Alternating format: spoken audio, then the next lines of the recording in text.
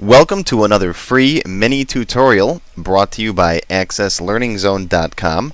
I am your instructor, Richard Rost.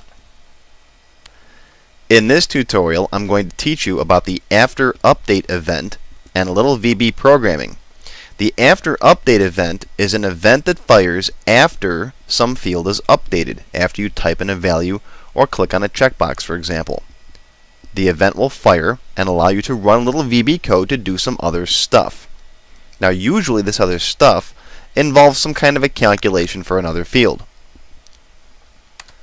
For example, I've got a little service call table here that has the service date and a description, an hourly rate, the number of hours for the service call, and then the total service charge. Now, the total service charge is simply the hourly rate times the hours, but I want to be able to change this if necessary. Usually I advocate just making this a calculated query field, but in the event that you need to come in here and add something, maybe you actually sold the customer a mouse too, so you want to jack this up from 90 to 115, I want to give the user the flexibility to do that. So it's not just simply the hourly rate times the hours. But this gives you an example of where you might want to have that value be changeable.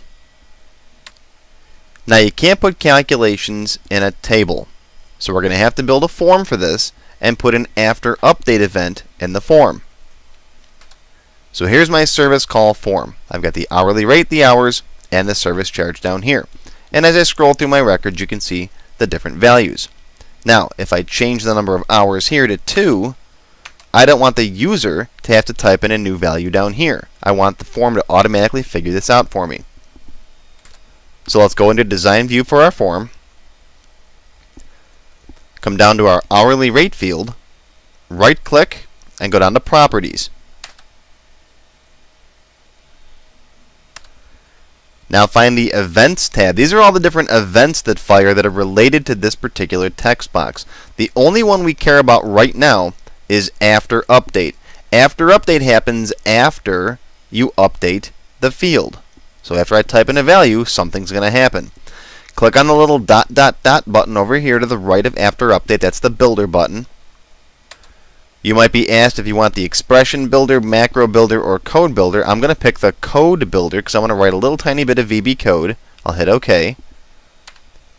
And now I'm inside the VB editor. Now don't worry about this option stuff up top here. You can ignore that for now. But everything inside this private sub hourly rate AfterUpdate and the end sub is what's going to run when the hourly rate field is updated. So I'm going to put some blank lines in here and tab in. And I'm simply going to type in what I want this AfterUpdate to do. Now, if you know no Visual Basic programming, well, you're going to have to learn some. I'm going to give you a little bit here, but there's plenty of great tutorials, including mine, that will teach you the Visual Basic language. But to do some simple calculations, all you need to know are the field names. For example, I'm dealing with hourly rate times hours equals the service charge. So that's real easy to do. All I have to do in here is say service charge equals the hourly rate times, that's an asterisk, times hours. And that's it. Now when I change my hourly rate, the service charge should automatically be updated. Let's see if it works. Save my form and go back to Form View. If I change my hourly rate to, let's say, $55 and hit Tab, notice how the service charge was updated as well. That's because I changed the hourly rate, the AfterUpdate event fired, and the service charge was updated with my VB code. Now, we haven't done the same thing for the hours field yet, but we can do that too, very easily. Go back to Design View,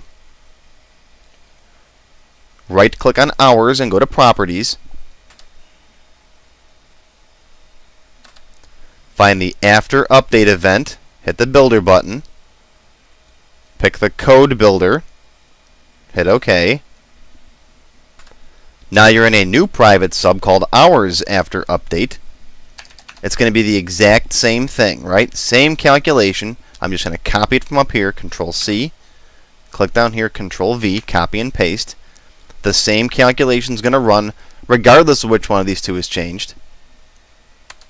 Now if I come back to Form View and change this to say 3 hours, Notice my service charge changed automatically. So that in a nutshell is how the after update event works. Now, there's a ton of more things you can do with after update. Obviously, this is just simply scratching the surface. You can change form properties, you can open up other forms, you can put some logic in there, have VB give you prompts. There's all kinds of stuff that you can do with after update. But that is basically how you can get in there and make some simple changes using a little bit of code when one of your fields is changed using the after update property. You can't do it in a table, you can't do it in a query, you can only do it with a form. Now I talk lots more about the after update events and all the VB code that goes with them in my Access tutorials. Starting with 301, I start covering VB, especially how it pertains to Access. In Access 303, I cover the after update events specifically. The direct link to that class is accesslearningzone.com/GOAC303. That's where I cover after update events. But there's VB throughout my entire 300 series of tutorials. And of course, while you're at the website, don't forget to stop by accesslearningzone.com/tips for more free tutorials just like this one.